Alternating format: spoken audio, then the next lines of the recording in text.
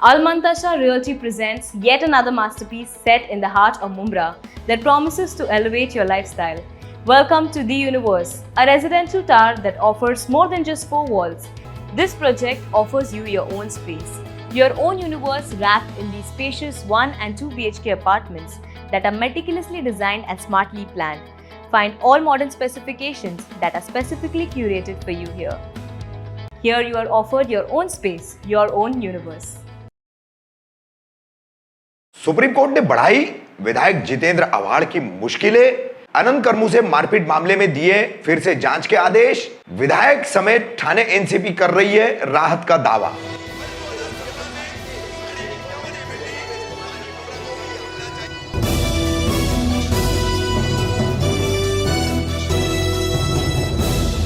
मैं रफीक कामदार हिंदुस्तानी रिपोर्टर में आपका स्वागत है। कल्वा मुमरा के विधायक जितेंद्र आव्हाड, पूर्व गृह निर्माण मंत्री, कैबिनेट मिनिस्टर, इनके खिलाफ ठाणे में वर्ष 2020 को एक एफआईआर दर्ज हुई थी। हालांकि उस वक्त 5 अप्रैल 2020 को यह घटना घटी थी और शिकायतकर्ता पीड़ित के हिसाब से जो एफआईआर दर्ज हुई थी उसमें उस वक्त जितेंद्र आव्हाड का नाम शामिल नहीं किया गया था। बहरहाल थोड़ा सा आपको हम इसकी पृष्ठभूमि बता दें कि इस पूरे केस का इतिहास क्या है। अनंत कर्मू से वर्तक नगर परिसर में ही रहते हैं और पेशे से इंजीनियर हैं। फेसबुक पर एक आपत्तिजनक पोस्ट इन्होंने विधायक तथा तत्कालीन मंत्री जितेंद्र आव्हाड के खिलाफ की थी। उसी के चलते आरोप था कि विधायक जितेंद्र आव्हाड उनके राज्य सरकार द्वारा नियुक्त जो पुलिस सिक्योरिटी के लोग हैं, उस पुलिस सुरक्षा के लोग और उनके कुछ कार्यकर्ताओं ने घर से अनंत कर्मू से को बंगले पर लाकर मारपीट की। बांबू, लकड़ी और अन्य चीज़ों से मारपीट की गई। अनंत कर्मूसे के साथ बड़ी जो है बेरहम मारपीट इसे कहा जा रहा था और अभी भी कहा जा रहा है। उसकी ये जो भी चीज़ें हैं उससे संबंधित वो फिर से हम आपको दिखा रहे हैं कि किस तरीके से 5 अप्रैल 2020 को ये घटना घटी। वर्तक नगर पुलिस स्टेशन में काफ़ी मीडिया में मामला उछलने के बाद ये मामला दर्ज हुआ, मगर दर्ज किए जाने के वक्त और चार्जशीट फाइल करने तक विधायक जितेंद्र आव्हाड का नाम इसमें कहीं भी शामिल नहीं था। उस वक्त ये मामला भारतीय दंड संहिता की धारा 365, 143, 144, 147, 149, 324, 506(2) के तहत यह मामला दर्ज किया गया था, मगर आव्हाड और उनके साथियों का नाम इसमें नहीं था। पहली चार्जशीट दर्ज हुई, दूसरी चार्जशीट लगभग 1.5 साल बाद 2021 में 14 अक्टूबर को कोर्ट में फाइल की गई, जिसमें विधायक जितेंद्र आव्हाड का नाम शामिल था और उसी वक्त उन्हें गिरफ्तार भी किया गया। जिस दिन गिरफ्तारी की गई उसी दिन उन्हें कोर्ट में पेश किया गया, जहां से 10,000 के निजी मुचलके पर कोर्ट ने उन्हें रिहा भी कर दिया था। अनंत कर्मूसे ने फिर यह मामला हाई कोर्ट में जो है उठाया और इस मामले की बची हुई जो जांच है उसमें कई मुद्दे उनके हिसाब से थे कि पुलिस ने पूर्वाग्रह रख करके उसकी जांच नहीं की और विधायक उस तत्कालीन मंत्री थे जितेंद्र आव्हाड, उन्हें और उनके साथियों को इसका फायदा पहुंचाया गया। मगर महाविकास आघाड़ी सरकार का दौर था और हाई कोर्ट ने जो है पुलिस ने जो प्रतिज्ञा पत्र यानी हलफनामा दायर किया और उसमें कहा कि जांच हमने पूरी की है और आवश्यक वो कानूनी कार्रवाई भी की है, तो उससे संतुष्ट होकर हाई कोर्ट ने, मुंबई हाई कोर्ट ने इस याचिका को उस वक्त खारिज कर दिया था। उसके बाद अनंत कर्मू से गए सुप्रीम कोर्ट। अब लगभग 1 वर्ष से सुप्रीम कोर्ट में यह मामला चल रहा था। सुनवाई पूरी हो चुकी थी जस्टिस MR शाह की बेंच के सामने और अब 24 फरवरी 2023 को इस मामले पर सुनवाई पूरी करने के बाद जस्टिस MR शाह की बेंच ने आदेश दिया है। अब इस आदेश को 2 तरह से सोशल मीडिया पर प्रचारित किया जा रहा है। दोनों एंगल है। पहला एंगल है विधायक जितेंद्र आव्हाड की मुश्किलें बढ़ने वाला, दूसरा एंगल है विधायक जितेंद्र आव्हाड, उनके समर्थक, एनसीपी के पदाधिकारी, कार्यकर्ता, इनका दावा कि राहत मिली है। तो उनके मुताबिक राहत की बात है कि सीबीआई जांच की मांग जो अनंत कर्मूसे ने अपने पिटीशन में, स्पेशल लीव पिटीशन, बाद में उसे क्रिमिनल पिटीशन में तब्दील किया गया था, तो उसमें जो मांग की थी सीबीआई जांच की, उसे कोर्ट ने खारिज कर दिया। जस्टिस MR शाह की बेंच ने खारिज किया। मगर दूसरी तरफ मुश्किलें क्यों बढ़ी? तो मुश्किलें इसलिए बढ़ी कि इसमें कोर्ट ने, जस्टिस MR शाह की सुप्रीम कोर्ट की बेंच ने यह पाया है कि जांच होनी चाहिए। जांच में कहीं ना कहीं इसमें कमियां हैं और पूर्वाग्रह दूषित जांच है। इसीलिए फिर से राज्य सरकार को और राज्य पुलिस को यानी थाने पुलिस को दिशा निर्देश दिए है कि इसमें जांच पूरी की जाए और फिर से इसकी चार्जशीट जो है वो संबंधित थाने के जेएमएफसी कोर्ट में दायर की जाए। अब जांच क्या होगी, कैसे होगी, ये सब कुछ राज्य सरकार के अधीन आने वाली पुलिस और थाने पुलिस इस पर निर्भर करता है। इस पूरे मामले को लेकर के विधायक जितेंद्र आव्हाड और अनंत कर्मूसे इन्होंने दोनों ने अपनी बातें रखी है। सबसे पहले हम अनंत कर्मूसे की बातें आपको बता रहे हैं कि क्या कह रहे हैं अनंत कर्मूसे। उनका कहना है कि न्यायालय ने न्याय किया है, सुप्रीम कोर्ट ने उन्हें इंसाफ दिया है।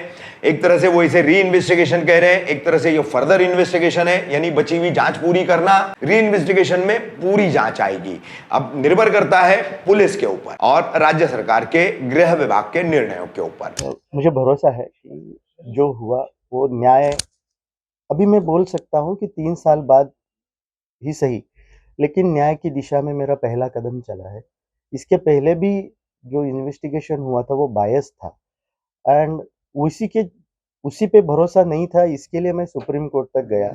मैंने पूरा मेरा ज़िंदगी उसमें लगा दिया था और वो सुप्रीम कोर्ट पे जाके मुझे आज सुप्रीम कोर्ट ने जो मेरी डिमांड्स थी और जो मैंने एलिगेशंस किए थे पहले के इन्वेस्टिगेशन पे, उस पे एंडोर्समेंट दे दिया है और मुझे ऐसा लगता है कि अभी मुझे न्याय मिलेगा। स्टेट एजेंसी पे क्यों नहीं विश्वास था जो इंक्वायरी उन्होंने की थी उसके ऊपर? क्योंकि स्टेट एजेंसीज ने, मैंने उनको हाईलाइट करने के बाद भी मैंने जो डिमांड्स की थी, मैंने जो मांगे की थी, वो उन्होंने कंसीडर नहीं की थी। बहुत सारे ऐसे मुद्दे थे जो मैं दिखा सकता हूँ कि ये इन्होंने इन्वेस्टिगेशन बायस किया हुआ है और वो बायस इन्वेस्टिगेशन दिखाने के बाद भी उन्होंने कंसीडर करने से परहेज किया था। So it shows that they were somewhere biased and because of that biasness I went up to Supreme Court and अभी लगता है कि मुझे वहाँ से जस्टिस मिलेगा। कौन से पॉइंट थे जिसके आधार पे आपको लगता था कि बायस हुआ है? मैं बहुत सारे पॉइंट्स दे सकता हूँ लेकिन मेजर पॉइंट अगर बताऊँ तो डॉक्टर जितेंद्र आव्हाड ये डॉक्टर मेडिकल प्रोफेशनल डॉक्टर नहीं है। फिर वो कोविड सर्टिफिकेट कैसा दे सकते हैं? वो कोविड सर्टिफिकेट अगर दे रहे हैं तो ये सोचने वाली बात है कि इतने पीक कोविड में, मतलब 23 तारीख से लॉकडाउन शुरू हुआ 23 मार्च को, 5 अप्रैल को इंसिडेंट हुआ और जो लोग उसमें इन्वॉल्व थे उनका बेल के लिए doctor Jitendra Awhad COVID certificate दे रहे, कोविड प्रिस्क्रिप्शन दे रहे कि इनका स्वैब लिया जाए और टेस्ट किया जाए। जब एक कॉमन मैन, आप और हमने भी एक्सपीरियंस किया होगा कि वो अपने एमबीबीएस डॉक्टर के प्रिस्क्रिप्शन के सिवा उनका स्वैब कोई नहीं लेता था और 8-8 दिन तक उनको रिपोर्ट्स नहीं आते थे। उस केस में जितेंद्र आव्हाड उनको कोविड का सर्टिफिकेट दे रहे हैं और उनका बेल अप्रूव करा रहे हैं, तो isn't it bias? This is a matter of thinking कि कॉमन मैन का कुछ वैल्यू ही नहीं है। कोई भी आके कुछ भी करेगा और अपने लोगों को बचाने के लिए वो सर्टिफिकेट भी देगा कि ये लोग इनोसेंट है और इनको बेल भी दिया जाए। तो दिस इज व्हाट देयर, ऐसा कुछ मुद्दे थे जो मैंने ऑब्जर्व किए थे और मुझे लगता है कि अभी जस्टिस होगा। सरकार बदली है, क्या क्या अपेक्षा है आपको? सरकार बदली है, अगर सरकार नहीं बदलती तो मैं सीबीआई की डिमांड करता था, बिकॉज मुझे नरेंद्र मोदी जी पे भरोसा है, मुझे अमित शाह जी पे भरोसा है, मुझे फडणवीस साहब पे भरोसा है, मुझे एकनाथ शिंदे जी पे भरोसा है। अगर ये सरकार नहीं बदलती, इन्हीं की सरकार रहती, इसके लिए तो मैं सुप्रीम कोर्ट तक गया और मुझे विश्वास है अगर हाई कोर्ट में ये मैटर रहता और ये सरकार तभी बदली हुई रहती तो मेरे को सुप्रीम कोर्ट जाने की जरूरत नहीं पड़ती थी, because I know how this people works. ये लोग पे मुझे आज भी आंख बंद करके भरोसा कर सकता हूँ कि मुझे हाई कोर्ट में ही जस्टिस मिल जाता था। पुलिस की तरफ से एक तरह से दावा किया जा रहा है अनौपचारिक तौर पे कि आपने इंक्वायरी में सपोर्ट नहीं किया, कई बार अनुपस्थित रहे। नहीं, वो तो कहेंगे बिकॉज वो उनके प्रेशर में काम कर रहे थे। मैं, अगर वो मेरे सामने ये बात करे या मेरे को कोई ऐसा एलिगेट करे तो मैं उनको प्रूफ देता हूँ। उन्होंने मुझे बुलाया ही तभी था जब मैं अवेलेबल नहीं हूँ। अभी जैसे एग्जांपल दूँ तो मैंने माननीय राज्यपाल जी भगत सिंह कोश्यारी जी को मिलने जा रहा था, उस दिन मुझे उन्होंने समन किया कि आप आ जाओ। जब उनको पता है कि मैं जा रहा हूँ तब बुलाया, तब मैं इम्पोर्टेंस किसको देना चाहिए? इनको तो मैं कल भी मिल सकता हूँ। राज्यपाल जी का समय ऐसा नहीं है ना कि कोई भी जाके उनको मिल रहे हो, मैं ऐसा नहीं कर सकता। तो आई ऑनर्ड इट और मैं दूसरे दिन जाके इनको मिला हूँ। तब इनके पास मेरे इतने पेपर्स कैसे आ गए? मैं उनको नहीं मिला ऐसा नहीं है, वो उस टाइम के जो इन्वेस्टिगेशन ऑफिसर थे, मैं ऐसा एलिगेट नहीं करता, लेकिन प्रेशर में रहेंगे या कॉम्प्रोमाइज रहेंगे ऐसा मुझे लगता है। सुप्रीम कोर्ट ने आज जो जजमेंट दिया, क्या एग्जैक्ट जजमेंट दिया, कितने मेरे में तो केस को तो ये कार्रवाई होनी चाहिए, क्या बता रहे हो? सुप्रीम कोर्ट ने कहा है स्पष्ट तरीके से कि 3 महीने में आपको इन्वेस्टिगेट करके ये मैटर सबमिट करना है। एंड जहाँ तक मैंने सुना अभी ऑनलाइन, मेरे को ऑर्डर हाथ में आने के बाद ज़्यादा डिटेल में मालूम पड़ेगा, लेकिन एक बात तो तय है कि मैं ये केस रीओपन करके वापस री इन्वेस्टिगेशन करने के हक मेरे हाथ में दिए हैं और स्टेट के हाथ में दिए हैं। आप क्या करना चाहेंगे, ओपन करना? नहीं, मैं करूँगा। मैं देखो, जस्टिस सबको मिलना चाहिए। मैं किसी के ऊपर, अगर ये दूसरा कोई रहता या ये नहीं रहता ऐसा नहीं है, कोई भी रहता तो मैं जस्टिस के लिए ये लड़ रहा हूँ, ताकि दूसरा कोई अनंत कर्म से पैदा ना हो। किसी के साथ ये होना नहीं चाहिए। भगवान की कृपा से हमारा फिजिकली मैं फिट था, मेरे को कुछ हुआ नहीं। आई एम फॉर्चुनेट कि लेकिन मेरा भी परिवार है, मेरा भी फैमिली है। ये लोग को ये आदत लग गया है। अगर आप देखेंगे ये लोग सुधरे हैं क्या उसके बाद भी ये लोग सुधरे नहीं है। ये मारने का ये चक्कर चालू ही है अभी भी। आपको कोई कुछ कहेगा तो आप उसको जाके मारेंगे, और बाद में वो जितेंद्र आव्हाड जाके वो नांदेड़ में बोलता है कि संविधान का राज्य है, संविधान का राज्य है। झूठ बोलता है वो। उसको बिल्कुल भी ये संविधान पे भरोसा नहीं है। और वो आदमी को मैं उसी के शस्त्र से, जो संविधान बोलता है, उसी से उसको सजा दिलाना चाहता था। And it was my primary and final motto. मैं उसी पे काम कर रहा था और मुझे वही करना है। वापस ये कभी संविधान नहीं बोले, ये कानून हाथ में लेके खुद घूमेंगे और लोगों को संविधान का दुहाई देंगे। ये कौन सा तरीका है काम करने का? आप मिनिस्टर है, इसका मतलब ये नहीं है कि आप हाथ में अपना पावर लेके घूमो और आपके हाथ में संविधान की जगह घर पे बिठा दो। वो दूसरों के लिए, मेरे लिए नहीं है। ऐसा नहीं होता है। संविधान सबके लिए। दूसरी तरफ इस मामले में राष्ट्रवादी कांग्रेस पार्टी द्वारा और विधायक जितेंद्र आव्हाड द्वारा एक पत्रकार परिषद ली गई, जिसमें उन्होंने कहा कि मुझे गुंडा साबित करने के लिए ठाणे पुलिस ने एक एफिडेविट सुप्रीम कोर्ट में दिया, जिसमें 24 केसेस उनके खिलाफ दर्ज की गई। 16 या 18 केसेस राजनीतिक आंदोलनों की है, सियासी मुहिमों की है, तो वो क्रिमिनलाइजेशन में यानी आपराधिक पृष्ठभूमि में शामिल नहीं होती है, ऐसा उनका दावा है। और सुप्रीम कोर्ट को जो है भ्रमित किया गया, उनको जो है डाइवर्ट किया गया, ऐसा उनका आरोप है। साथ ही जो है उनका कहना है कि ये सब कुछ क्यों हो रहा है, क्योंकि सरकारें बदली है इसलिए हो रहा है। तो बहरहाल देखिए क्या जवाब दिया है जितेंद्र आव्हाड ने और क्या उनसे पत्रकारों की बातचीत हुई है। सही मायने में 3 साल के बाद आज मुझे न्याय मिला है। अच्छा है, मुझे बहुत अच्छा, मुझे आनंद है कि उसको आनंद मिल रहा है। कोविड में सर्टिफिकेट जो आपने दिया था वो किस तरीके से आप साबित कर सकते हैं? कौन सा सर्टिफिकेट दिया है मुझे? कोरोना के दौरान जो महामारी फैली हुई थी। आप सर्टिफिकेट उनके हाथों से ले लीजिए, उनको बोलो सर्टिफिकेट दो, फिर देखते हैं अपन। उनको पूछना था ना सर्टिफिकेट दो। आप पत्रकार बोल तो आधी बात लेके आते हैं। आप पत्रकार पूछे भी नहीं उसको कि सर्टिफिकेट दो हमारे हाथ में, तुम न्यूज़ तो चला देते हो। वो सब झूठ है कि नहीं, ये जरा सोचो तो, पत्रकार हुआ। सर, कोर्ट में जो एफिडेविट दाखिल किया गया उसमें कई केस ऐसे हैं जो आपने खुद कहा कि ये फेक है या गलत तरीके से। फेक गलत नहीं है, मेरे ऊपर उन्होंने 24 केस दिखाए हैं, उसमें 18 केस में तो कोर्ट ने ही मुझे बरी कर दिया। और वो सब पॉलिटिकल गुनाह है, यानी आंदोलन के, रास्ता रोको के।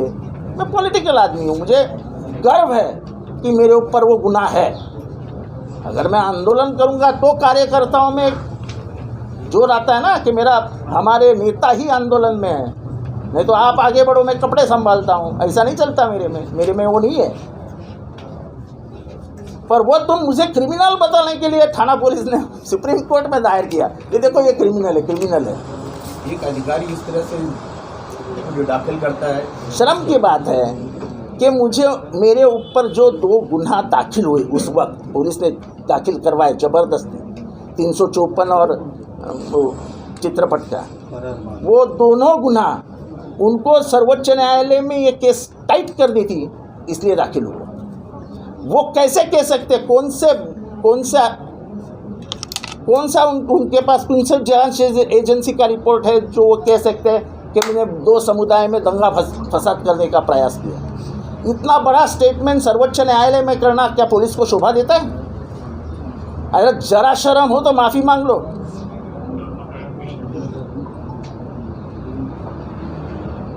जरा शर्म हो ना तो माफी मांग लो।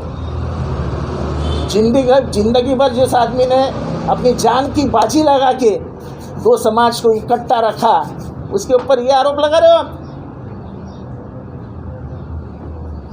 आप तो तभी कॉलेज में थे जिस आदमी ने एफिडेविट किया ना, उसको आज मैं आपके माध्यम से बताना चाहता हूँ। जब राबड़ी में रायट हुई तब एकलौता जितेंद्र आव्हाड रायट के बीच में खड़ा था, और मेरे इधर से गोली जा रही थी, मेरे उधर से गोली जा रही थी, लेकिन मैंने फसाद नहीं होने दिया। कोई बीच में नहीं आया था। एक नेता बता देवे कि मैं बीच में था, एकलौता जितेंद्र आव्हाड और उसके बच्चे बीच में थे, और पूरा राबड़ी हमने शांत रखा था कि कोई बाहर नहीं निकलेगा। इनको क्या इतिहास मालूम है? अब तो सिर्फ टांगे वाला टांगे के पीछे बेचता है और अपने बात पे रहते हैं। इसके पीछे आपका करियर खत्म करने की साजिश चल रही है क्या? सवाल ही नहीं। मेरी साजिश नहीं, मुझे खत्म करने की साजिश चल रही है। इतना बड़ा बाबा जी का पुरावा आकर भी उसको जांच के लिए नहीं बुलाया जाता है। और मेरी बात अलग है, मेरे बेटी को मारने की साजिश, मेरे जवाई को मारने की साजिश। पुलिस को बेटियां नहीं है क्या? उनकी बेटियां यहाँ नहीं होने वाला है क्या? अरे अपनी दुश्मनी चलते हैं, अपन लड़ते रहेंगे, मर जाएंगे तो मर जाएंगे। बेचारी मेरी लड़की, इकलौती एक लड़की जो मेरे दिल का टुकड़ा है, मेरे जिगर का टुकड़ा है, उसको मारने की बात हो रही है और पुलिस शांत बैठी है। कोणती शक्ती आहे? अरे शक्ती कोणी असो, पण माझ्या हृदयाचा तुकडा आहे माझी पोरगी। तिच्या म्हणजे माझ्या जावयाला आणि माझ्या पोरीला उडवून द्यायची भाषा, कसं उडवायचं इतकं सगळं एक माणूस बोलतो, आणि तो अजूनही नोकरीत आहे। 1000 कोटीचा भ्रष्टाचार त्याच्या नावावर आहे, अजूनही तो नोकरीत आहे। तुम्हाला मुलं बाळ नाहीत का? तुम्हाला सुना नाही आहेत? तुम्हाला जावई नाही आहेत? राजकारण कुठल्या स्तरावर न्यायचं ह्याला सुद्धा मर्यादा असतात ना। मी आत्तापर्यंत हे बोललो नव्हतो, पण ज्या पोरीला मी तिच्या आयुष्यातल्या 26 वर्षात गालाला सुद्धा कधी बोट लावलं नाही, तिला गोळ्या घालायची भाषा होते आणि पोलीस शांत आहेत। आम्ही काय करणार असं बेशरमपणाने सांगताय? आमच्यावर गुन्हे घेताना कधी असं झालं नाही, आम्ही काय सांगणार? या 307 मध्ये काय होतं? 307 करण्या एवढं कुठली हत्यारं होती त्यांच्याजवळ? FIR मध्ये जो तुम्ही लिहिलंय त्याच्यातला एक पुरावा जोडू शकता काय?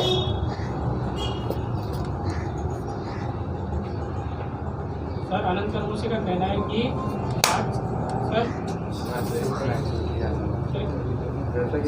सर क्या लगता है कि आपके अनुसार की जो कॉपी FIR की कॉपी हो तो किसी के कहने पे FIR दर्ज किया जाता है?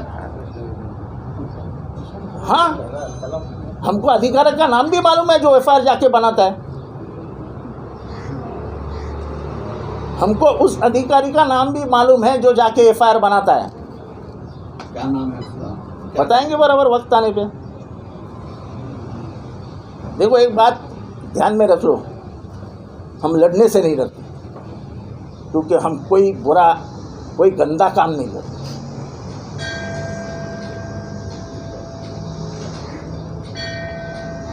कोई एक आदमी चिल्ला रहा था कि अजीत दादा के पुतले जलाओ, ऐसा मैंने फ़ोन किया था, उसकी औकात नहीं है। मैं 35 साल पुतले खुद जलाता आया हूँ। मैंने गोपीनाथ मुंडे का पुतला जलाया है, मैंने मनोहर जोशी का पुतला जलाया है। मैं चूड़ियाँ नहीं पहना हूँ, मर्द हूँ मर्द। आंदोलन करता हूँ तो खुद के ताकत पे करता हूँ। मैं बाप को छोड़ के भागने वाला आदमी नहीं हूँ।